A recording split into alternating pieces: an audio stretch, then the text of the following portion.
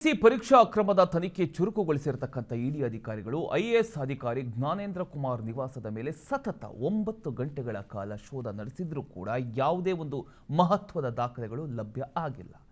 ಇಡಿ ದಾಳಿಯ ಮುನ್ಸೂಚನೆ ಅರಿತಿದ್ದ Jnanendra Kumar laptop, mobile ಸೇರಿದಂತೆ ಪ್ರಮುಖ ದಾಖಲೆಗಳನ್ನು ಮೊದಲೇ ಪ್ಯಾಕ್ ಮಾಡಿಕೊಂಡು ಪಕ್ಕಾ ಪ್ಲಾನ್ ಮಾಡಿ ಪರಾರಿಯಾಗಿದ್ದಾರೆ ಅಂತಕ್ಕಂಥ ಶಂಕೆ ವ್ಯಕ್ತ ಆಗಿದೆ. ಮತ್ತೊಂದು ಕಡೆ ತಂದೆಗೆ ಹೃದಯಾಘಾತವಾಗಿದ್ದು ಶಸ್ತ್ರಚಿಕಿತ್ಸೆಯ ಅಗತ್ಯ ಇದೆ ಅಂತ ಕಾರಣ ಕೊಟ್ಟು 15 ದಿನಗಳ ತುರ್ತು ರಜೆ ಕೋರಿ ಪತ್ರ ಬರೆದಿದ್ದರು. ಆದರೆ ಉತ್ತರ ಪ್ರದೇಶದ ಲಕ್ನೋ ಸಮೀಪದ ಗ್ರಾಮದಲ್ಲಿರ್ತಕ್ಕಂಥ ಅವರ ಮನೆ ಮೇಲೆ ದಾಳಿ ನಡೆಸಿದ ಇಡಿ ಅಧಿಕಾರಿಗಳಿಗೆ ತಂದೆಯು ತಾನು ಆರೋಗ್ಯವಾಗಿದ್ದು ಪುತ್ರ ಮನೆಗೆ ಬಂದೇ ಇಲ್ಲ ಅಂತ ಹೇಳಿಕೆ ನೀಡಿರ್ತಕ್ಕಂಥದ್ದು ಪ್ರಕರಣಕ್ಕೆ ಹೊಸ ಟ್ವಿಸ್ಟ್ ಅನ್ನು ಕೊಟ್ಟಿದೆ. ಸದ್ಯ ಮನೆಯಲ್ಲಿ ಯಾವುದೇ ದಾಖಲೆಗಳು ಸಿಗದ ಹಿನ್ನೆಲೆಯಲ್ಲಿ ಇಡಿ ಅಧಿಕಾರಿಗಳು ವಿಚಾರಣೆಗೆ ಹಾಜರಾಗುವಂತೆ ಜ್ಞಾನೇಂದ್ರ ಕುಮಾರ್ ನಿವಾಸಕ್ಕೆ ಸಮನ್ಸ್ ನೋಟಿಸ್ ಅಂಟಿಸಿ ವಾಪಸ್ಸಾಗಿದ್ದಾರೆ. ಈಗ ಜ್ಞಾನೇಂದ್ರ ಕುಮಾರ್ ಐಎಎಸ್ ಅಧಿಕಾರಿ ಪಕ್ಕಾ ಪ್ಲಾನ್ ಮಾಡ್ಕೊಂಡಿದ್ದಾರೆ.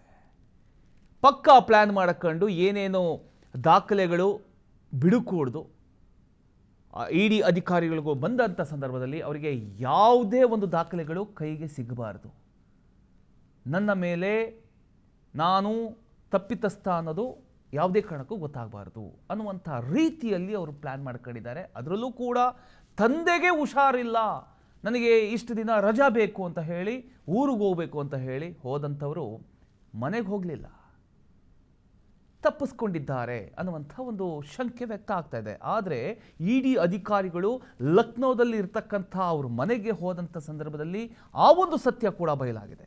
ತಂದೆ ಹುಷಾರಾಗಿದ್ದಾರೆ, ಆದರೆ ಈ ಅಧಿಕಾರಿ ಸುಳ್ಳು ಹೇಳಿ ಹೋಗಿದ್ದಾರೆ ಅನ್ನುವಂಥದ್ದು. ಸೊ ಇನ್ನಷ್ಟು ವಿಚಾರಣೆ ನಡೀತಾ ಇದೆ. ಈಗ ದಾಖಲೆಗಳು ಸಿಗಲಿಲ್ಲ ಅನ್ನುವಂಥ ವಿಚಾರ ಇಟ್ಕೊಂಡು ಈಗ ತಾವೇ ಖುದ್ದಾಗಿ ಹಾಜರಾಗಬೇಕು ಅಂತ ಹೇಳಿ ಇಡಿ ಅಧಿಕಾರಿಗಳು ಈಗ ನೋಟಿಸ್ ಕೊಟ್ಟಿದ್ದಾರೆ.